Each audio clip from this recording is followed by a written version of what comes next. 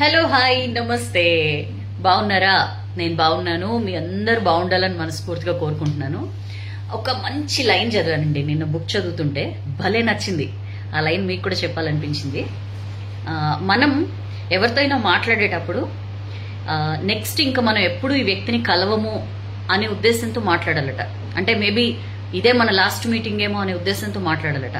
అంటే లైఫ్ చాలా అన్సర్టెన్ కదా, అందుకని చెప్పి ఏ వ్యక్తితో మాట్లాడినా ఇదే మన లాస్ట్ మీటింగ్ అని మాట్లాడితే ఆ మాట్లాడే ఎఫెక్షన్ కానీ ఆ ఆప్యాయత కానీ అది వేరే లెవెల్లో ఉంటుందట. బాగా అనిపించింది, ట్రై చేసి చూడండి. సరే, ఇవన్నీ ఓకే. ఒక మంచి స్టోరీ తీసుకొచ్చా.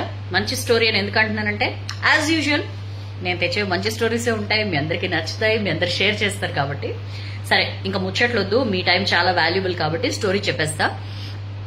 అనగనగా ఒక ఊళ్ళో, ఇది ఒక రియల్ లైఫ్ స్టోరీ అంట, ఎక్కడో చదివా నేను. ఒక ఫ్యామిలీ, ఒక నార్మల్ ఫ్యామిలీ, ఒక బాబు, చిన్న బాబు, వైఫ్ అండ్ హస్బెండ్ కార్లో వేరే ఊరికి వెళ్తూ ఉంటారనమాట. వాళ్ళ ఫ్యామిలీ మెంబర్స్ వాళ్ళ ఇంట్లో ఒక ఫంక్షన్ అయితే, ఒక చిన్న పాప బర్త్డే అయితే దానికి వెళ్తూ ఉంటారు. ఈ బాబు ఇంకా బుడ్డోడు అనమాట, చాలా బుజ్జోడు. అయితే వెళ్తుంటే దారిలో ఒక చోట ఈ వాటర్ మిలన్ పుచ్చకాయలు ఉంటాయి కదా, తర్బూజ్ రోడ్ పక్కన కనిపిస్తాయి అనమాట. ఈ బుజ్జి పిల్లాడు నాకు కావాలని మారం చేస్తాడనమాట. సరే చూసి రోడ్ సైడ్ కి కారు ఆపుతారు. వాళ్ళ వైఫ్ పిలుస్తుంది అనమాట. ఒక పాపాయి ఉంటుంది, ఒక పెద్ద ఏజ్ ఏం కాదు, మేబీ ఒక 10 to 12 years చిన్న అమ్మాయి పరిగెట్టుకుంటూ వస్తుంది అనమాట. కారు దగ్గరకు వచ్చి అప్పుడు ఇది వాటర్ మిలన్ పట్టుకుని వస్తుంది. ఎంతమ్మా అని అడుగుతుంది వైఫ్. ఆ కప్పులు ఉంటారు కదా, వైఫ్ అడిగితే చెప్తుంది అనమాట. 50 రూపీస్ అంటుంది. అంటే కాయ 50 రూపీస్ అంటే ఆమె, అమ్మో 50 రూపీస్ ఏంటి, 30 రూపీస్ ఇవ్వు అంటే, భలే ఉన్నారమ్మా 30 రూపీస్కి ఎట్లా ఇవ్వగలుగుతా నేను అని చెప్పి అంటుంది. అంటే సరేలే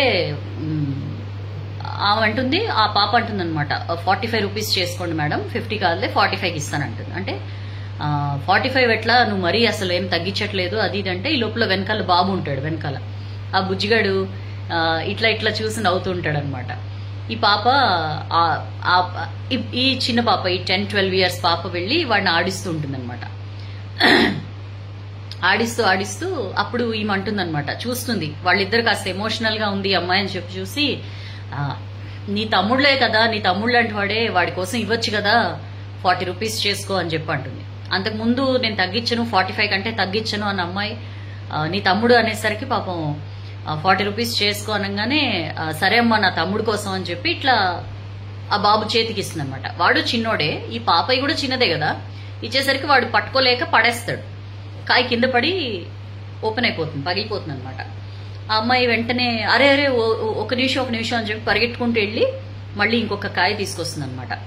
అప్పుడు ఈమె అంటుంది, చాలా హార్ష్ గా అంటుంది అనమాట, ఇప్పుడు ఆ పగిలిపోయిన కాయ కూడా రేటు నన్ను కట్టమనద్దు, నీ తప్పే అది, నువ్వు చిన్నబాబుకి ఎందుకు ఇచ్చావు, నా చేతికి ఇవ్వాలి కదా అని చెప్పంటే, చచ్చా లేదమ్మా నా తమ్ముడు పడేశాడు, నేను అట్లెట్లా దానికి డబ్బులు తీసుకుంటా, ఇదిగో ఇది తీసుకోండి అంటే, ఆయన డబ్బులు ఇవ్వబోతే వద్దొద్దు సార్ నా తమ్ముడు అని చెప్పి అన్నారు, నా తమ్ముడు అని చెప్పి ఒక చిన్న పాజ్ తీసుకుంటుంది. అప్పుడు ఈ లేడీ అడుగుతుంది అనమాట, ఏమైంది నీ తమ్ముడు అంటే, సేమ్ ఇంత వయసులోనే నా తమ్ముడు చనిపోయాడు, నాకు వాడంటే చాలా ప్రాణం, మీరు నీ తమ్ముడు కోసం ఇవ్వవా అంటే నాకు నా తమ్ముడు ఇలానే అనిపించాడు, వద్దు తీసుకోండి అని చెప్పి అంటుంది. డబ్బులేం వద్దమ్మా తీసుకోండి అని చెప్పి ఈసారి ఆ అమ్మకే ఇస్తుంది అనమాట. ఆమె అబ్బా అనుకుంటుంది. ఈ లోపల హస్బెండ్, అదేం కాదు, అట్లా ఏం కాదు, అలా ఊరుకునేదేం లేదు, ఇదిగో 100 రూపాయలు తీసుకో, 2 కాయలకి తీసుకో అని చెప్పి ఇస్తాడనమాట. అప్పుడు వద్దొద్దని చెప్పి అమ్మాయి రిటర్న్ ఇచ్చేస్తుంది. పైసలు రిటర్న్ ఇచ్చేసిన తర్వాత ఇచ్చేసి వెళ్ళిపోతుంటే ఈమె, ఈ లేడీ ఉంటుంది కదా, పిలుస్తుంది, ఒకసారి డ్రామా అని చెప్పి పిలుస్తుంది.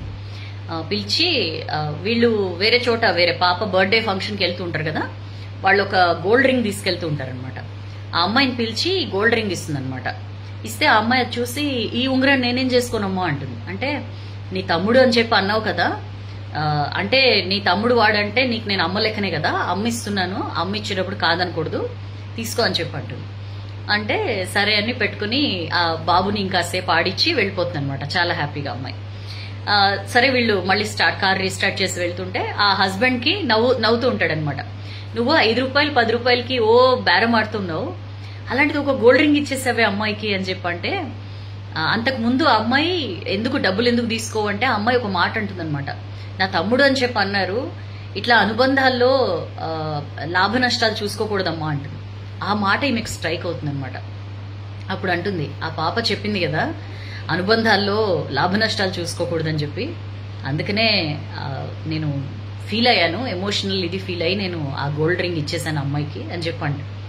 ఇతను అనుకుంటాడు అనమాట. వెంటనే వాళ్ళ అన్నయ్యకి ఫోన్ చేస్తాడు. అంతకు ముందే వాళ్ళ అన్నదమ్ముల మధ్య ఒక ఆస్తి తగాదా జరుగుతుంటుంది. వెంటనే ఇతను వాళ్ళ అన్నకి ఫోన్ చేసి, అన్నయ్య పెద్ద బంగ్లా మీరు తీసుకోండి, నాకు చిన్నది ఇచ్చేయండి చాలు అని.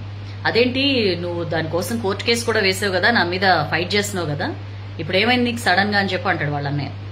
అంటే ఇతను అంటాడు, లేదన్నయ్య రిలేషన్స్ లో అనుబంధాల్లో లాభ నష్టాలు చూసుకోకూడదు, నాకు ఆ పెద్ద బంగ్లా కంటే మీతో అనుబంధం చాలా ఇంపార్టెంట్ అని చెప్పంటే పాపం అన్నయ్యకి అవతల కొంచెం కళ్ళు చెమర్స్తాయి అనమాట. సర్లే నువ్వైతే ముందు ఇంటికి రా, వైఫ్ ని బాబుని తీసుకుని ఇంటికి రా, మనం కలిసి కూర్చుని మాట్లాడుకుందాంలే, సెటరేట్ చేసుకుందాంలే అని చెప్పి పిలుస్తాడు. అంతకుముందే చాలా కాలంగా మాటలు ఉండవు వాళ్ళ మధ్య. సో చిన్న స్టోరీ, చిన్న ఇన్సిడెంట్, ఒక చిన్న మాట ఎంత చేంజ్ తీసుకొచ్చిందో. మనం కూడా చాలా సార్లు అది ఫ్రెండ్షిప్ అయినా ఇంకా వేరే రిలేషన్షిప్ అయినా ఈ లాభ నష్టం, ఇట్లా వీళ్లతో ఇలా ఉంటే నాకేంటి లాభం, పెద్దల వీళ్లతో ఏం కాంటాక్ట్ చేయకపోయినా లేకపోతే వీళ్ళతో రిలేషన్షిప్ మెయింటైన్ చేయకపోయినా మనకు వచ్చే నష్టమేం లేదులే, ఇట్లా అయిపోయిందండి. చాలా మెకానికల్ గా అయిపోయాం మనం. బట్ మనం ఏదైనా ఒక రిలేషన్షిప్, ఒక అనుబంధం ఏర్పరచుకున్నప్పుడు ఇందులో లాభం ఏంటి నష్టం ఏంటి అని ఎప్పుడూ ఆలోచించకూడదు. చాలా సెల్ఫ్లెస్ గా ఉండడానికి ట్రై చేయండి. అప్పుడే ఆ అనుబంధానికి సంబంధించిన వాల్యూ మీకు తెలుస్తుంది, దాన్ని కరెక్ట్ గా ఎంజాయ్ చేయగలుగుతారు. చాలా చిన్న స్టోరీలో మంచి గొప్ప వాల్యూ ఉంది. నాకైతే బాగా నచ్చింది. మనందరికీ కూడా ఖచ్చితంగా ఇది కనెక్ట్ అవుతుంది అనుకుంటున్నాను. మీకు కూడా నచ్చితే షేర్ చేయండి. ఒకవేళ మీకు నచ్చకపోయినా షేర్ చేయండి. మీ ఫ్రెండ్స్ లిస్ట్ లో ఎవరికైనా ఈ స్టోరీ నచ్చొచ్చు. సో ఎప్పుడు చెప్పేదే, నచ్చితే లైక్ చేయండి, బాగా నచ్చితే షేర్ చేయండి. షేర్ చేయడం ఎందుకంటే మనం నేర్చుకున్న మంచి 10 మందికి పంచితే మంచిని సొసైటీలో పెంచిన వాళ్ళం అవుతాం మనం. సో నెక్స్ట్ స్టోరీ కోసం వెయిట్ చేయండి.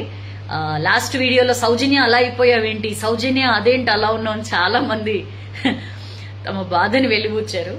ఏమీ కాలేదండి, కొంచెం సిక్ అయిన మాట వాస్తవమే. బట్ అగైన్ ఇది నా ప్రొఫెషనల్ లుక్. అది ఇంట్లో ఉన్నప్పుడు నేను ఆ రోజు పూజ అది చేసుకుని వీడియో చేశాను. సో కాస్త డిఫరెన్స్ ఉంటది కాబట్టి సౌజన్య అంటే ఇట్లానే టిప్ టాప్ గా కోటేసుకుని ఇలానే ఉంటుందని ఎక్స్పెక్ట్ చేయొద్దు.